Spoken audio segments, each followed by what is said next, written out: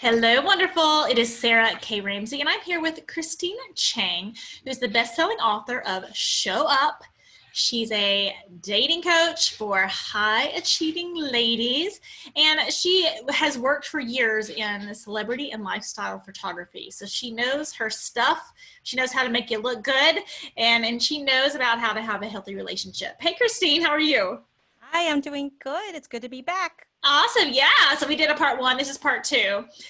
And within part two, so you have to check out part one for all intro stuff. And in part two, we're going to focus on dating strategies. Part one was more about who you need to be as you show up into dating. And part two is like, oh, the nitty gritty. Do I have to do online? Do I have to do this? What do I do? How many dates is too? All the technical stuff. So Christine, the one question, and I know I almost hate to ask you because it's very annoying. Where are all the good guys? Yes. Well, the good guys, they are everywhere. Yeah. They are actually everywhere. And for a while, actually for a long time, I asked the same question because it seemed like every guy I was attracting was not a good guy. Or if he was a good guy, I wasn't attracted to him. So Listen, yeah. Yes. And it's funny that now that I'm married and I've done so much work on myself in this area, I see good guys everywhere. There's so many of them. And I think the number one thing I hear from women when they ask that is because sometimes I'll set up my friend with a guy. They'll say what they're looking for, and I'll say, here's the guy. And they'll say, I'm not attracted to him. Why do you think that is? So if you tend to like to chase guys, or you like the bad boy, or someone who's unemotionally unavailable, there's something within you that finds that sexy and attractive, and a lot of times maybe that to you was love, maybe as a kid where you had to go chase after, or maybe you saw it in a movie or something and you thought that's really romantic, I need to do that. And so when someone does show up and they're safe and they're reliable, it could come off as boring or sometimes even repulsive. Yes. We have this conversation all the time. Yes. Right? It could come. And so, number one, if you find it repulsive, there should be some work done there because someone trying to love you. And this is why I think people who don't like dogs have intimacy issues, because all I can see is something that just wants to love you. Yeah. I mean, I'd say most dogs just want to love you and they're like, like, get away from me. Like, he just wants to love you. And so, I mean, there is a distinction. If someone is coming off as desperate, okay, that is usually not sexy. That's usually not attractive. But if someone is showing genuine interest in you, that is a good sign of building a healthy long-term relationship. And if someone is showing genuine interest, it's good to give it a chance. And when I say give it a chance, it's just, why don't you just try to talk to him, go out on a date. I'm not saying you have to get married to him. Just approach it with curiosity. Like, I've never gone out with a guy like this before. Let me try it out. I love that. Any other tips for kind of healing that piece of you, or, not pushing away the good guy, the nice guy, the stable guy, the emotionally healthy guy? Yes. So you will know when you're done with your patterns. So, I mean, intellectually, if you do a lot of personal growth, you might intellectually know, like, oh, this is my pattern. I tend to go after emotionally unavailable or someone who doesn't meet my needs.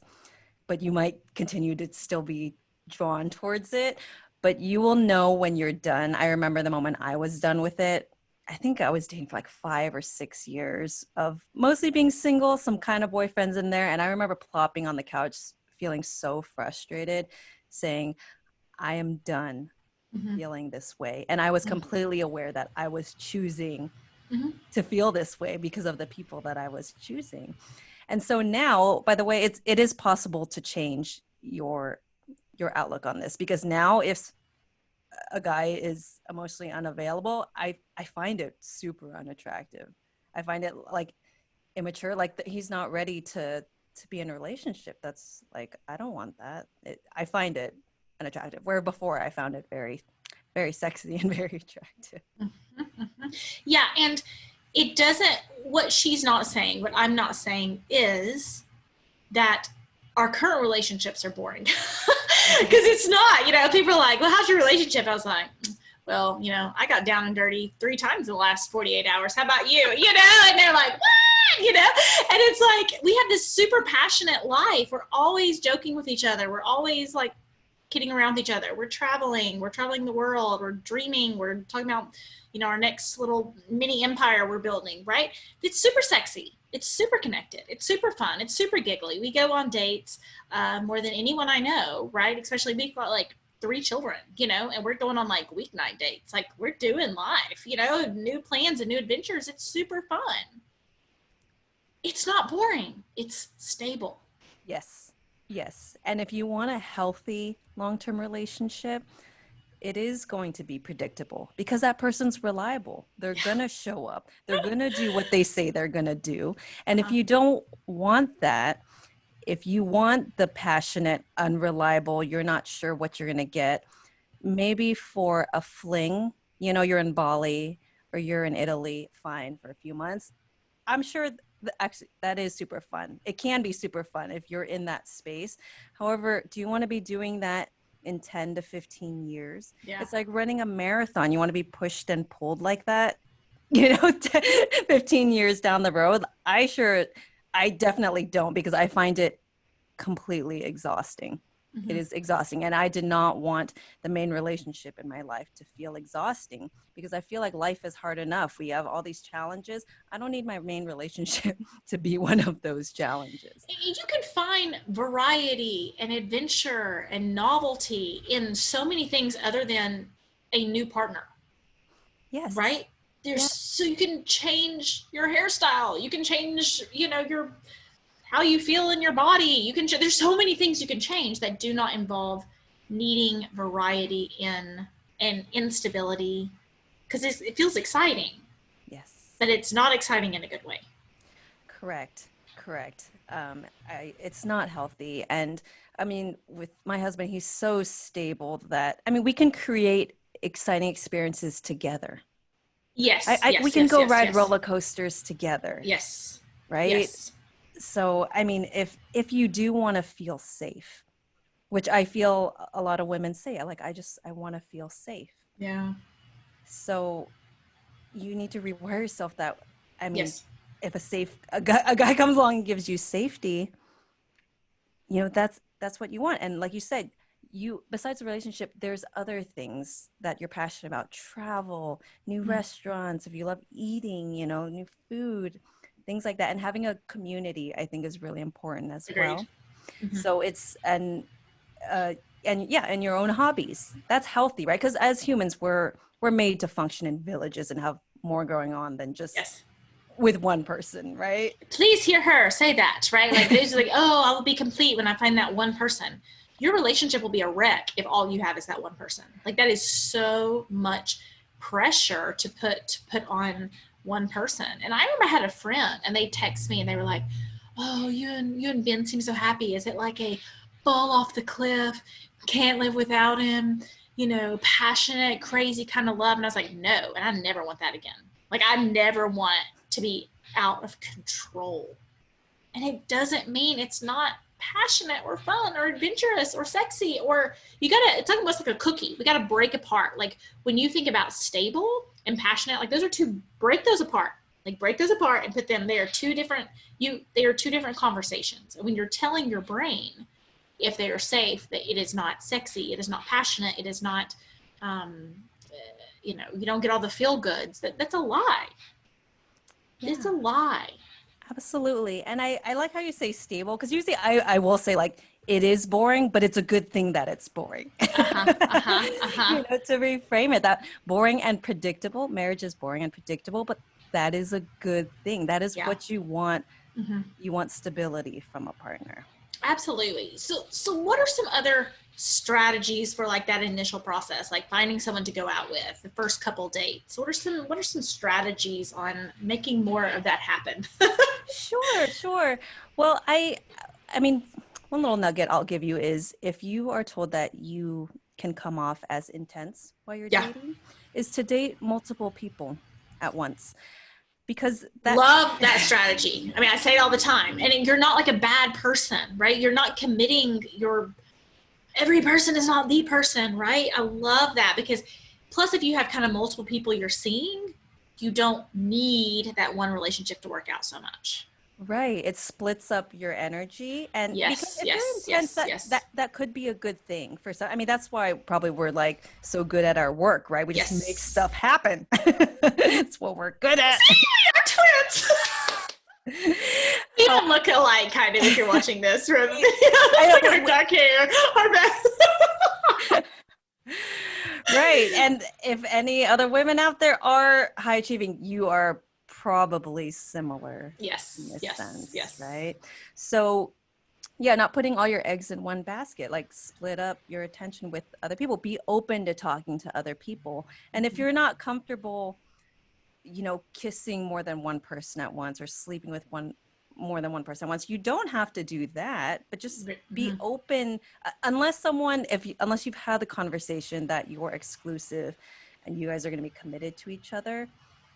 It's an open field, Yeah. like you should be talking to other people. And if you're not sure where the other person stands on it, then you could bring it up with them, like, right, like, just make sure, I think transparent, good communication is important. And of course, you don't say it with desperation, like, are we something or are we not? Can we date other Yeah, how people? do you have that conversation?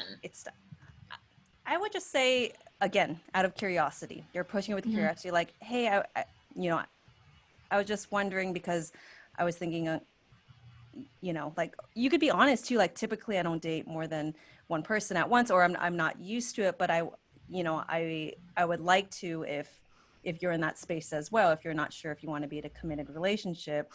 I'm not saying we have to be committed right now. I just would like to know, like, the direction that you think that you'd like to go, and just see what they say. Maybe if they're very clear on it, or they're not.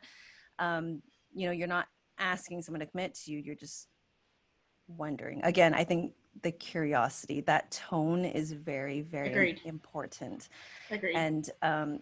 And of course, you're still getting to know someone in the beginning too. So you probably don't even want to be exclusive with someone, like, just a couple dates in, because you are still getting to know them. But I do know on both sides, men and women, that they would prefer just to date one person at once. Like, you never know. It's a lot less energy, when you finally can get to that point. It's a lot less work than juggling all the balls. But I do hear what she said and what I'm saying about, you come across as less needy, less intense. You don't need it to work out if there's multiple conversations going in the early stages.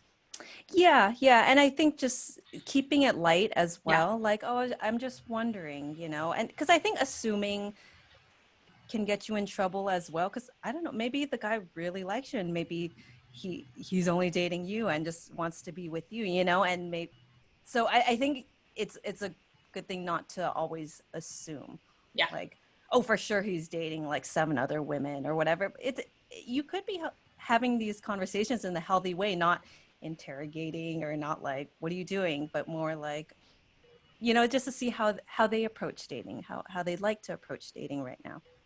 I love that. I love that. So what are some other, online, offline, what's the best way that you found Sure. to find good guys? Mm-hmm. So usually with the dating apps, I usually recommend, if you're not in a good space about it and you're feeling very pessimistic and depressed, like, I usually would recommend, don't swipe on the apps, because it's just going to make you feel worse. Yeah. However, if you are in a good space where you're open and you're curious, like, let me just see what's out there, because the dating apps is just another form. It's another way of meeting people. So you're seeing, like, oh, who's around me? Like, what are the guys like? And I want to get out of this space of like, oh, all the guys on dating apps are toxic. All the guys on this app are good. All the guys on this app are bad. Just like I would say, all the guys in church are good. All the firemen are bad. All the people who practice yoga are good. Like, whatever it is in your stage, like, there are toxic people and good people everywhere you go. And it's, Absolutely. it's up to you to learn that wisdom of differentiating. Absolutely. And your mindset about it, because whatever you believe strongly will be true. Like if you think that most guys are cheaters or jerks or whatever, you're gonna subconsciously find things that prove that you're right about that. Mm-hmm. Whereas, Statistically, that is not true. Like statistically, 1 in 10 people may have a personality disorder. Even like if it was 1 in 5, that's still like 4 out of 5 guys who are not probably trying to ruin your life. Now they may not all be perfect fits, but you're still statistically you're doing pretty well. absolutely. And I mean, I met so many awesome guys when I was online dating. Yeah. And also because I photographed weddings for many years, so many of the couples, I'd say at least half the couples met on dating apps. Yeah. Bumble, even Yep. Tinder. I mean, a lot of people say Tinder's like the hookup app because a lot of times, but Yeah. you never know when there's no pressure, right? You never know. And it's so common now that people meet through these apps. Mm-hmm.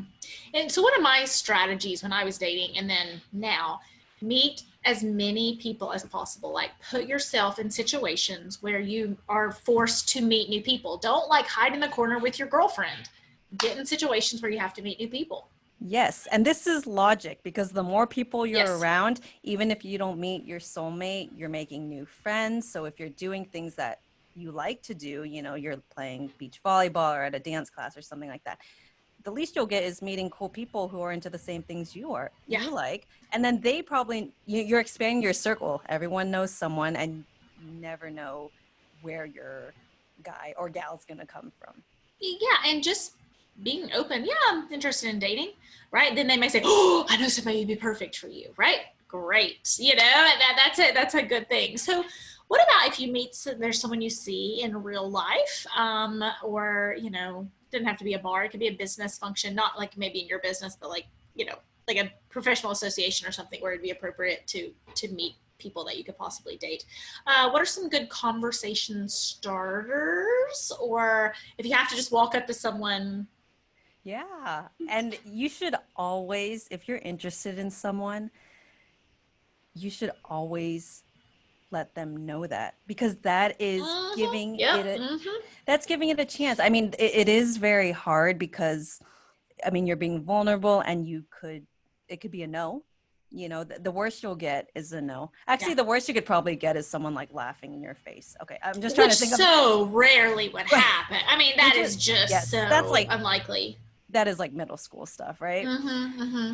However, if you can't even tell someone or show someone that you're interested in them, that is right there. You're cutting off the possibility of the relationship of your dreams, Mm-hmm. right? How you're showing up. If someone doesn't even know, you could have missed a chance if you didn't stare and smile at that guy in that bar to give him a obvious green light.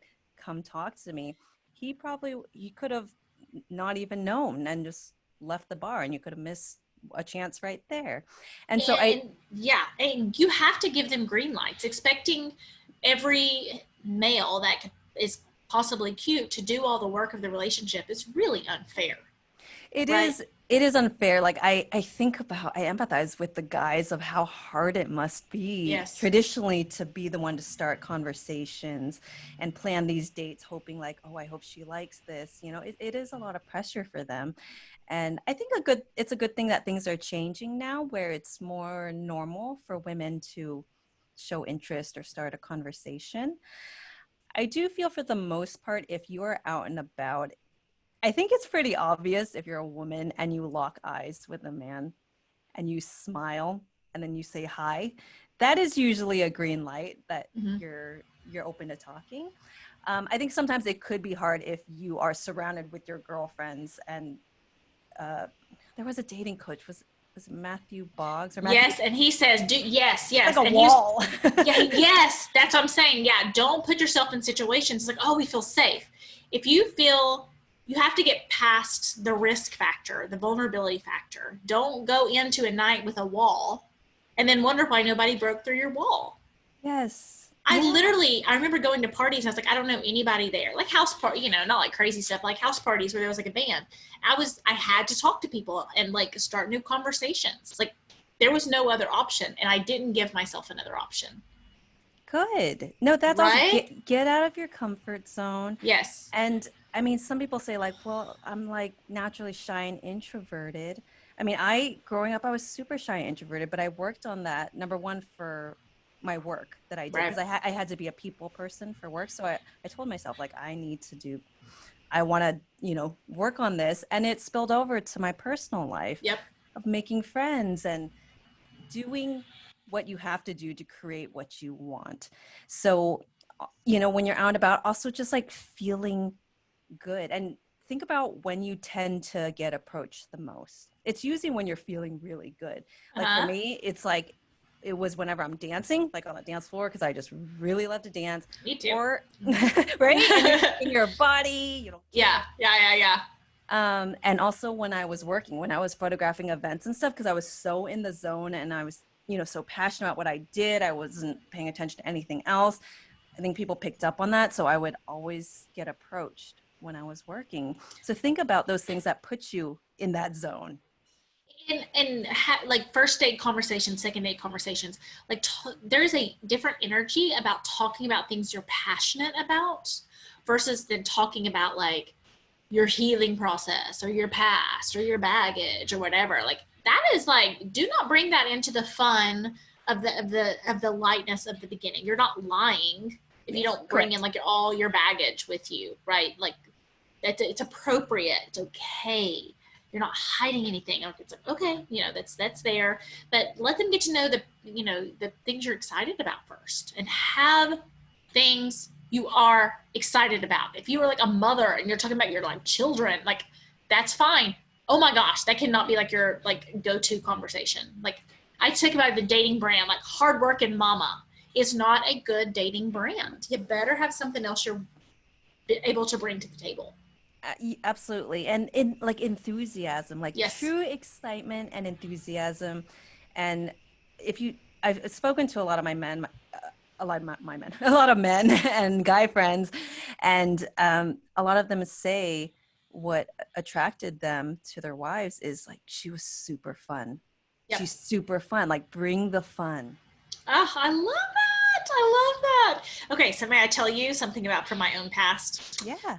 So this guy, when I was like, he was like a, president of a bank. I had been like fresh out of my divorce and I was like about to approach dating. And I'd been like out of the game for a long time.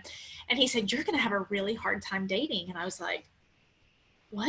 Like this is like a man I respected. Like it was like, he'd be like he was married, but he'd be like the type of person that I would, I like caliber of guy. I was like, okay, and he said, "You are smart, you're beautiful, you're confident, and you're actually a good conversation." And I was like, I'm gonna have a hard time dating. Why? Like I thought these were all like things I was like I should be excited about, right? So for those females who feel like they, other people have even tried to make them feel small, right? And he said most guys don't want the whole package, they want a mama. And I was like, I don't want to be a grown man's mama, and I have not had to be a grown man's mama. I just want to be so clear. I am, that's not been my experience, but, but like a high achieving female, when you feel like you're the whole package, and people kind of poo on that sometimes, right? Like what advice would you have given me if we had been having that conversation, right after he said that? Or yeah, like the feeling of they want you to play smaller. Yes. Oh man, Yes. I'm a little. That would have been my pattern. Like when you asked about like that may have been the first time we talked, but like what has been your pattern of dating? Like in a bad way, it would have been I would put myself in situations where I felt like somebody had to shrink me. Definitely not in that now. I broke my pattern. Good. But absolutely. Yeah. What? So I always tell women like, stop choosing people who want you to play small. Absolutely. And it's not, I mean, maybe they just have a different preference. I wouldn't make them wrong for it. Maybe they just want something else, but for sure. It's not for me, like yeah. I want to be the full self-expressed version of myself. I'm like a bird. I want to fly, right? So if you have friends like think about who you can feel that way with, who cheers you on, cheers that version of you on. That is how you want to feel. And if you have friends who give that to you, use that as like your barometer. Like it is possible. Like I should feel like this with, you know, my future partner. Yeah. And so that, I mean, that shows that it's possible. And also I think having a friendship base with your, you know, with your life partner is a good thing. Because that, I mean, that's an indicator that you genuinely like each other, is if there's a friendship. Oh my gosh, baseline. So baseline. And being able to be your own best friend, and then being able to find a best friend and creating that partnership of best friend. Awesome. Okay, so any last advice on dating strategy? I mean, really, like, how do I find a guy? Like, how do I present myself to find a guy? Whether it be presentation skills, conversation skills, anything along those lines. Sure. So number one at the core is just to feel good. Don't focus on trying to get it right. Focus on feeling good, because if you feel good, it doesn't really matter much what's going on externally. You don't feel a need to make things happen as much, because again, think of why you're doing this. Because if you're not happy and you think a relationship's going to solve that, and you get in a relationship and then you're still not happy, what is the point of that? Right? In life in general, we just want to be happy and feel good. So focus on that. And then naturally people are usually really attracted to when a person does feel good. Yes, yes. Right? You feel good and you like who you are. You're very confident about who you are. And the thing is, if you're unsure of yourself, you will tolerate someone who might not be sure of you. That's when you'll tolerate. But if you are sure of yourself, like, I like me. It's okay if you don't like me, but I like me. You'll be in a really good space. So I do feel you become more magnetic when you feel good.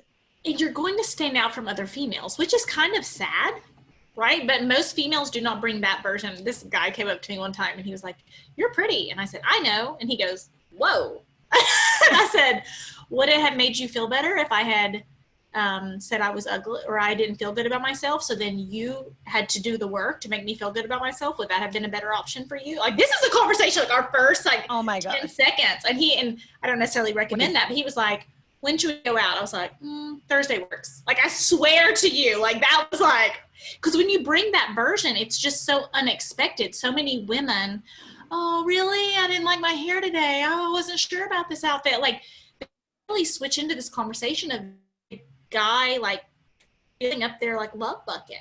And if your love bucket's full, right, they're going to be like, "Wow, something's different about her." Absolutely. And you're right. I wish more people had that, because it's confidence, right? Like, you should have good confidence and feel good about yourself. But it's really, the self-love, going out, traveling alone. I highly recommend that, actually. I did a lot of that before I met my husband and learned to enjoy my own company. And I think some people, they would think it would be weird. I would be at a resort, like, "Oh, just one for breakfast." And they're like, "You're alone?" But they really liked it. They're like, "You are?" Like, "That's awesome. That's awesome that you're here alone."